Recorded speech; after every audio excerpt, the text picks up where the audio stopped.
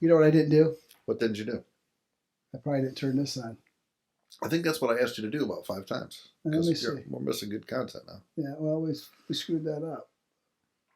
Can't preview video. Yeah, so it's recording. We're good. Well, we did.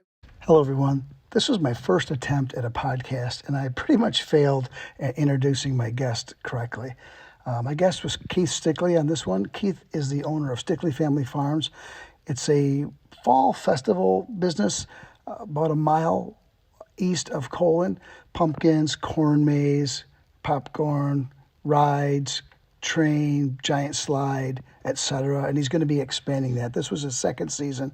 Keith is also a practicing attorney, and Keith is so heavily invested in the carnival industry. Was a practicing magician in his early days. He did 300 dates a year, toured the world, was on cruise ships. So Keith is a very well-rounded individual, highly motivated entrepreneur, and a great addition to the little village of Colon. I hope you enjoy. Basically, again, I want to get people like you with Stickley Family Farms. I want to get, especially like your generation, you know, the 40-somethings that I feel we need more of. So they have this Zoom so tricked out. It's awesome that, like, I look really, really good on Zoom. No, I'm serious, man. Yeah. You would look like a rock star. You would look like a Phil Collins rock star. Yeah, that's me. On Zoom. A miniature that's railroad. Right. Yeah.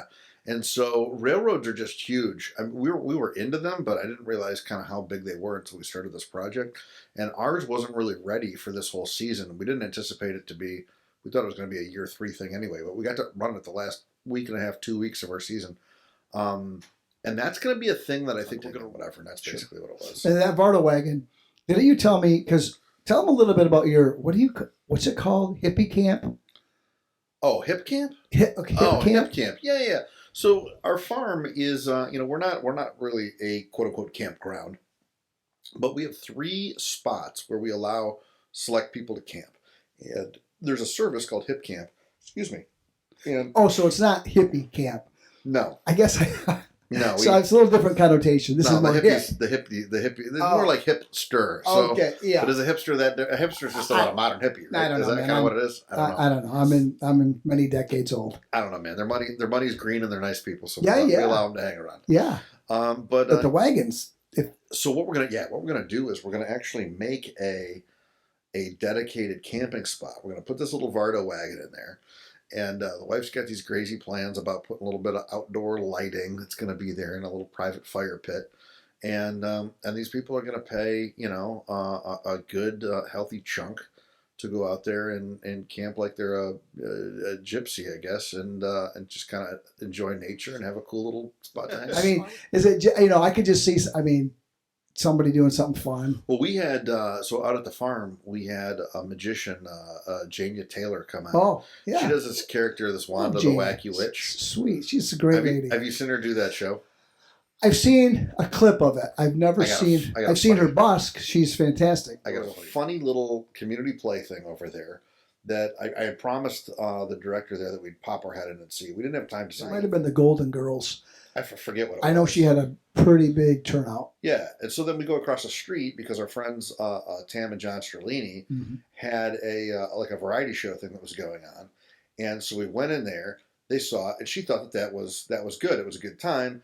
While she's sitting there, she's like, "Oh, my boyfriend or fiance or whatever he is. Hope I'm not jumping the gun there.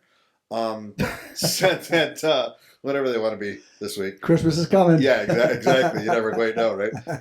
So they're in there, and suddenly he's like, "Oh my gosh!" Like there's a princess sing-along show in there the next day, or no, it was the next week actually. And he's like, "Oh, my kids would love this because my kids love all these Disney movies and all this stuff." Coming. The next thing I know, they're here with the entire family the next week. They're eating pizzas at 5 Star. They're going to a show out there. Yeah. They're hanging out at our farm, the next day. They're here at least once a month, probably 2, and they do all the stuff downtown. Yeah. They go to the bar in the summer. He's a big boat guy. In the summer, he's like, "Holy crap! The boat launch is right there. I'm gonna grab my dad's boat. We can drop it right in there. We can go have beers at Curly's. We can do it. Legion. It's crazy." But with the advent of Airbnb and VRBO, I said for years, we have thousands of empty rooms in this town. And how do we, and then bam, whoever came up with it, I'm like, damn it, that was a good idea. That's right. But so you're seeing more and more. There's probably 6 or 8 that I can think of on the lake right now. There's one that sleeps 24. 24, 20, then those fellas that came out to Fair and Hall, that's pretty impressive. And they've been having weddings after weddings. And I know I've gotten 2 or 3 VRBO hookups. Yeah, the little one downtown every single weekend from July and August. Is there anything that you want to focus on? Or? Spur the growth. Number one would be a business community driven, probably through the chamber, website in the style of what Coldwater has, or really in the style of that Frankenmuth has, right? So that would be number one. We need to have a consistent show schedule or show availability, maybe like a season, so that people know, hey, we're gonna go to Colon for the day, or we're gonna whatever. At 6:30, there's probably a show somewhere. Right. Let's pop in and see something. Right. Maybe it's great. Maybe it stinks. Maybe it'll be better the next time. Maybe it's phenomenal and awesome. Shows are shows, right? Number 3 is town needs a coffee shop, man. Town needs a coffee shop. Yeah. It needs an all ages gathering place. Yeah. Where the old guys can go in the morning to get their coffee and their Danish, right? Mm-hmm. And then the young folks at night can be at study, network, whatever. I think that kind of gathering place builds community, builds fun, and people will come in from the urban areas like Chicago because they can get stuff that they like and it's comfortable. Right. Especially with those docks right there. Yeah. Oh my, no brainer. Solo, that's much better. Whatever you just did, that's pretty good. Right, but I'm gonna tell you right now, I'm working with a young woman right now who's taking a bar exam, who's slowly we're getting into the dark side to fall in love with the town. We'll see what happens. Yeah. But what our number one gripe is, when we go coffee? into the courts, we're like, where are we going for coffee, man? Yeah, my wife wants coffee. My daughter, my assistant, they all. They'll drive to Sturgis 25 minutes away. Yes. Or 20 minutes for a cup of $7 coffee. John Sterlini has, and I think you know this guy, John Sterlini has friends, actually multiple friends, who have come into town for magic things, and they crash over there they stay with them or whatever.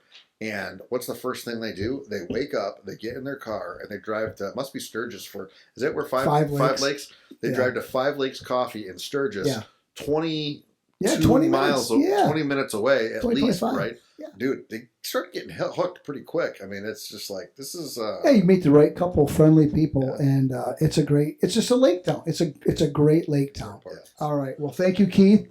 Keith Stickley, Stickley Family Farms. We'll do it again when we know what we're doing, too. Yeah, we'll do it again. All right. Thanks, everybody.